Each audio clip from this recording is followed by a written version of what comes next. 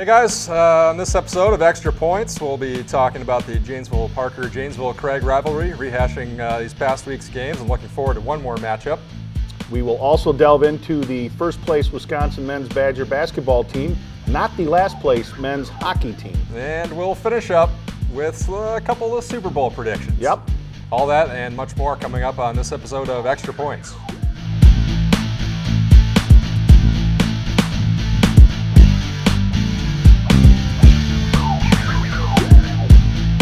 Hello everybody and welcome into this week's version of Extra Points. I am Gazette Sports Editor Eric Schmolt here with sports reporter John Barry. What's up today, John? I'm just here so I don't get fined by the company. You don't want to talk any sports or anything like that? No, I just don't want to get fined by the company. What if I told you you better join me in this discussion? All right, let's talk then. Let's talk sports. Good. Okay, fine, let's go. Let's just kick things off. Right. With the Craig-Parker rivalry, we asked a couple more chapters in this past week, starting with the girls' basketball game Thursday night. Craig coming out on top pretty handily at what was a close game for the first half, and they really pulled away in the second half and earned the season sweep. And for the time, they were still undefeated in the Big Eight. Now they have one loss. I guess Right. Just your takeaways from their sweep and now having a one-game lead in the Big Eight race. Well, I think that game played out, the way Kerry Storbach and Craig's coach needed it to play out, and that was getting the score up there a little bit. Tom Clowder obviously felt the Vikings had to keep it in the 30s or 40s to have a chance to win it at the end, and certainly Craig pulled away late. Parker had won 9 in a row and was playing very well and played great against Middleton the week before. Craig, just kind of seems to have Parker's number right now. I think that's 7 in a row the Cougars have beaten the Vikings, and that's where that rivalry's been. Parker dominated for so many years where now Craig has the upper hand a little bit.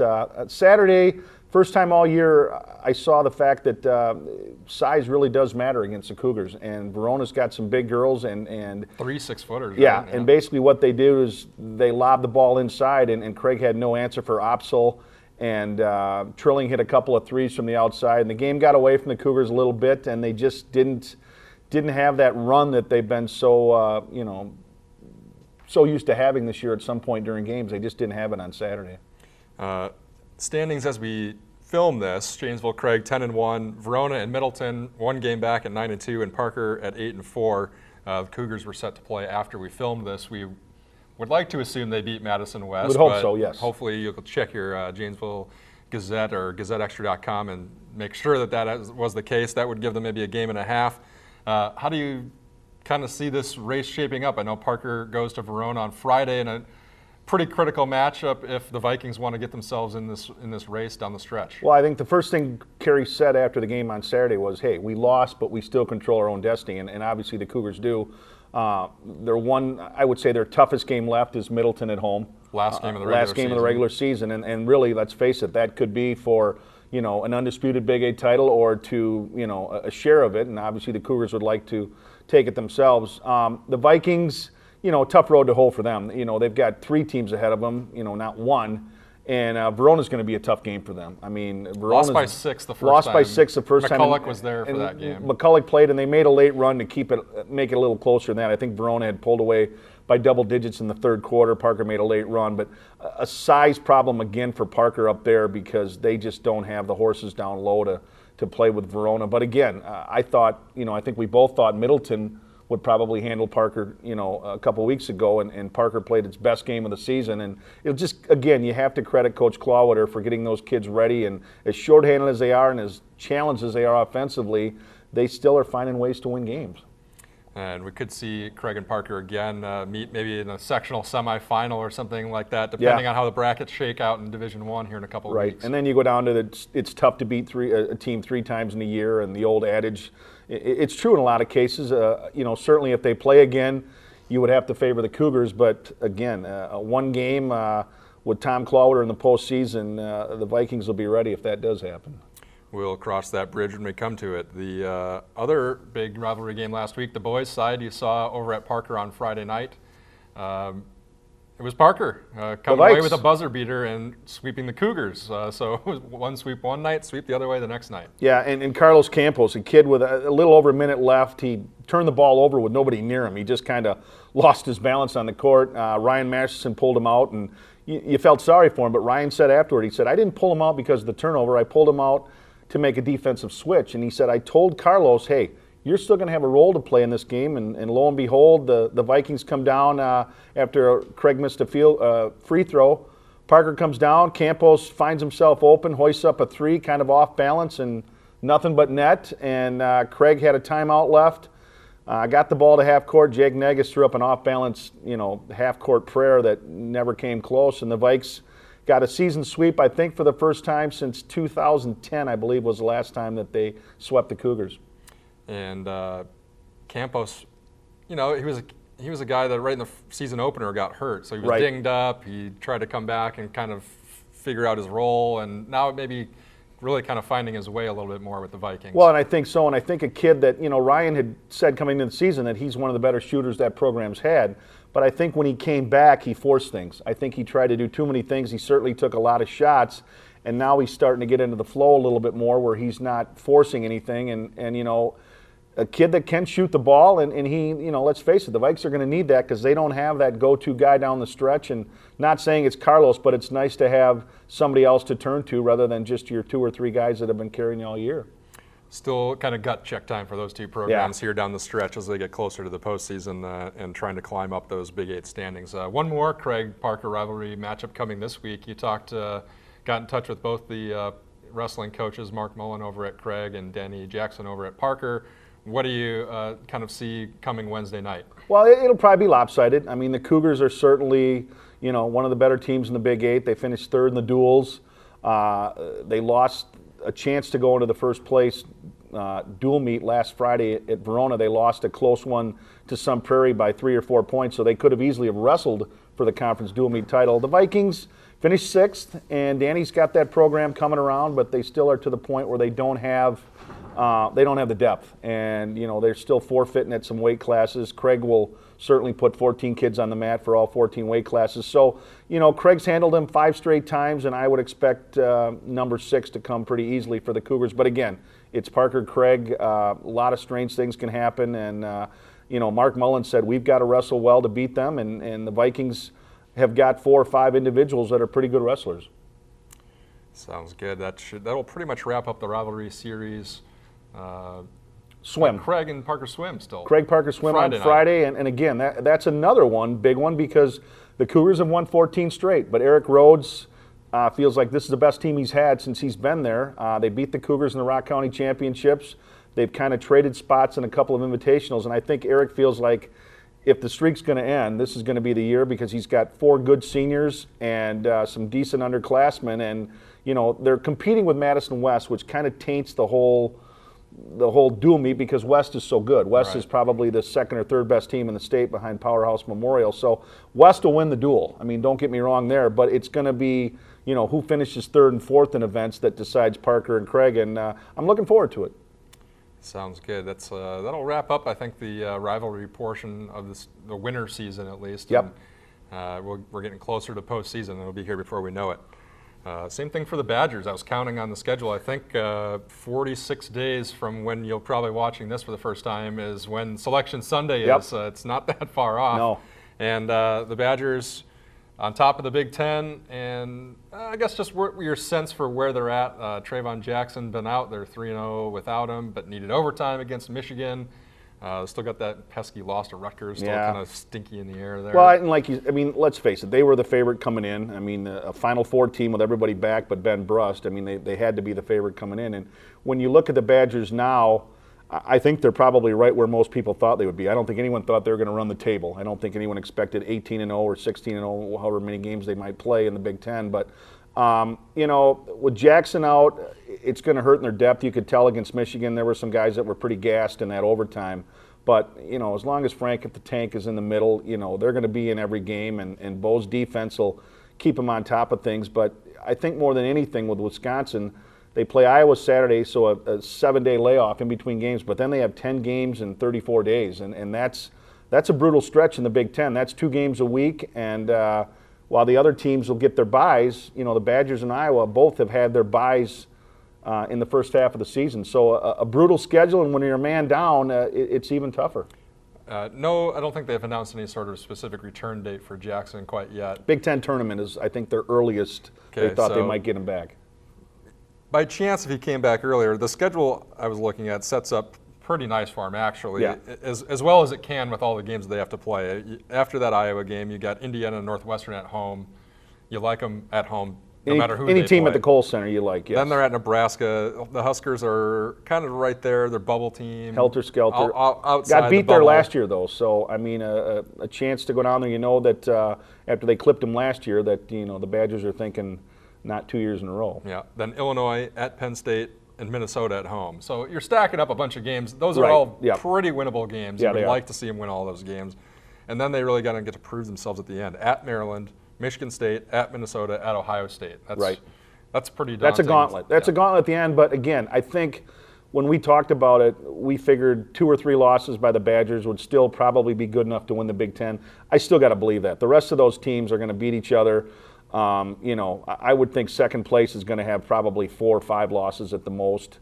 And, the Badgers, if they can sit with 2 or 3, they'll still win the Big Ten, be a number 1 seed for the tournament, and hopefully at least notch a 1 or 2 seed for the NCAA tournament. Well, that's the thing for me now. I'm assuming they're going to win the Big Ten. Yep. Who knows about the tournament? You never know what happens in that situation. But outright, I would assume they would win the regular season, even without Trayvon Jackson. I'm more worried about the 1 seed, and right now they're on the outside looking in, and Right. it really seems like that last 4 games of the regular season and what they do in the tournament will decide whether they can reach up to that one seed or not. Well, and you don't want to be, I mean, let's face it, I want to be in with, if the 3 teams ahead of me are Arizona, Duke, Kentucky and Virginia, I don't want to be in with Kentucky. That's the one team I don't want to play because they're only going to get better. As young as they are, they're still only going to get better. Duke obviously has beaten the Badgers, but there's some familiarity with them and playing them. I would like to be in with Virginia or, certainly Arizona, teams that you can play with. You beat last year, and whether you're a 1 or 2 seed, that's the bracket I think the Badgers hope they can get into, is somebody, a 1 or the 2 seed with Virginia or Arizona also in the bracket. A lot of things can happen over the next couple of weeks. A lot of things will happen. I don't think it's ever too early to start thinking about it. So. No, it's not. And when you look at it, you think, wow, I mean, this team was expected to be good. They have been good, and there's no reason to think that, they can't remain good. And if Jackson comes back, that's another piece to the puzzle that you got for your postseason run. And a guy who's not coming in without any experience, he's been there. So, I don't think he starts when he comes back. I think Koenig will stay in there, but certainly he could be instant offense off the bench, which is the one thing with DuCon kind of struggling that they need right now. That would be interesting. I would think that he gets his spot back in the starting. Yeah, lineup. we'll It's see. Senior, It could be Lou Gehrig. Kind of Bo's guy. It could be Lou Gehrig. It may not. I don't know. It's a good question. We'll have to see. But if you're rolling well and you haven't lost, it'd be tough to take him out. Yeah, it could be a momentum thing. Speaking of momentum, all the momentum rolling into the Super Bowl was about Deflategate. But yes. I don't know. I'm pretty tired of that. I don't know where your thoughts are on the Super Bowl. I'd like to move past this whole discussion. I would too, and if people say that if New England wins, they should put an asterisk next to it, that's crazy. I mean, they beat them 45-7. The only reason we're talking about it is because it's the Patriots, because of Spygate, everything else that's happened. When you look at it in the grand scheme, on a year when the NFL dealt with domestic violence, sexual abuse, everything else, I would think deflating footballs would be pretty low on your priority list, but they're certainly making a lot out about it. The NFL hasn't helped itself out by kind of dragging its feet and not really saying anything. And I mean, it is what it is. I'm sure they'll get to the bottom of it. I think Tom Brady certainly knows about it, or he knows what happened, but I mean, it didn't affect Legarius Blount scoring, 3 touchdowns, 4 touchdowns, rushing, whatever it is. I mean, he could have been carrying a sack of eggs. I mean, who cares? I mean, he scored running the ball. I don't understand the big deal. Maybe he was able to squeeze a little tighter. Maybe. I don't know. I mean, Brady likes he likes the footballs deflated, and that's fine. And obviously the equipment manager knew that, and so he did something about it. And, it is what it is. But had it been a different score, 21-20, I guess we could make something out of it. But 45-7, I don't see the relevancy behind it, no. How about, do you think they use the momentum from all this controversy and being asked about it for 2 weeks? Does it make them angrier or motivate them kind of going into the Super Bowl, or how do you see the game playing out? I like Seattle, and I've liked Seattle just because I think Seattle will attack the running game, which is what I think New England is weakest at, is stopping the run. And Marshawn Lynch is as good as anybody. Seattle's not one to throw the ball.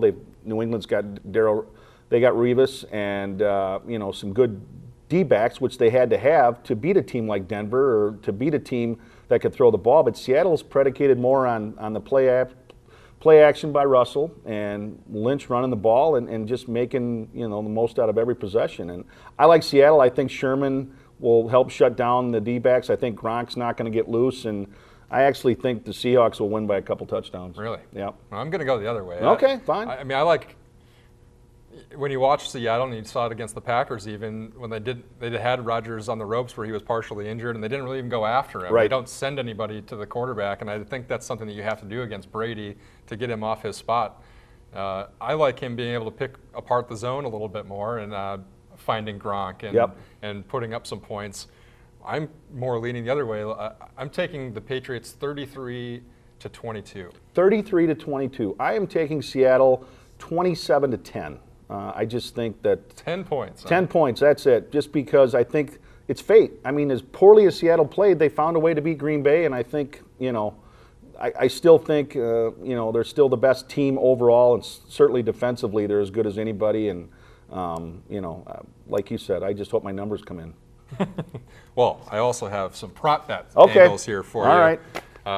I'm willing to go the other side. I'll give you the first choice on all 5 of these, and we'll see right. This is out tough. of the 5 who does Please, the no best. wagering at home. Yes, this is all just for fun. Yes. The first one, the longest field goal made in the game. 48 yards. You're going over 44.5. Over 44.5. That's the number. Yes. In Vegas, the one place that you could actually wager on these things. 2 good field goal kickers, so yes, and it's indoors. All yes. right, you're going over 45.5. Okay, your choice here. This one is the team that will be penalized first. New England is the underdog at plus 100, and Seattle is the favorite to be penalized first at minus 120. I will take the Seahawks. I think they make the first blunder. Okay, all right. Of course, the national anthem, the line for Idina Menzel, I believe. Anybody? I don't know. I'm saying pop. She's got to be a pop singer. Yeah. Well, was she part of Frozen or something like that? Yeah, I think so. National anthem, 122 seconds. Over. If she's a pop singer, it's going 2 over. 2 minutes and 2 seconds. It's got to go over because there'll be some parts where she'll, sound out a note for an extra 10 seconds to just, make it, put her little stamp on the national anthem. So I'm saying over. All right, I have to go under. I don't like going under there. I like to watch the stopwatch and make sure it gets there. But last year was pretty close, I think. All right, I got this one then. Gronk will score a touchdown. The yes is minus 145, so I got to lay a little juice. But you do? I just said I expect him to do some big things, so I'm obviously taking yes. You've got him at no. I got him at no. Plus 115. Okay. You liked the kickers, so I put this one in here for you as well. Who do you expect to have more points, Gostkowski or Hauschka? I guess you have to go Gostkowski because you only think Hauschka is getting 4. Yeah, and I think, they'd both be getting 4 if it's 31-10, so it would be No, it's 7. 7. So to Hauschka. 4. Yeah, I'm taking Hauschka. No, Gostkowski with 31 would have 4 extra points and a field goal for 7. No, I said the Patriots would have 10. Oh. That's who Gostkowski kicks for. I got my Stevens all messed up. They're both named Steven. 3 and 1 is 4. 4 and 3 is 7. You're taking Hauschka. Hauschka. At 7 will have more points than your boy will have 4. Gostkowski, Yes. yeah. I like my spot here. I think I'm going to win this one. That's all I got. Best Okay, of 5. all right. So, We're on. couldn't find the old Gatorade bet, but No, if it's I okay. could, I would have picked probably yellow. Yellow? Okay, all right. Coin flip. Well, tails never fails. Tails never fails. I got heads. Okay. There you have it, everybody. I think we've settled pretty much everything that's going to happen on Sunday. Some people out there might not be watching because they're still commiserating over this Over the Packers, loss, yes. But it'll be worth it. Make sure you get your stopwatch ready for Idina Menzel. And we'll be back here next week on Extra Points. Follow us on Twitter. Once again, we'll get these right here. Yes, they'll be right there. And like us on YouTube. And make sure you check back with us next week. We'll see you then. Take care, everybody. Go Bucky.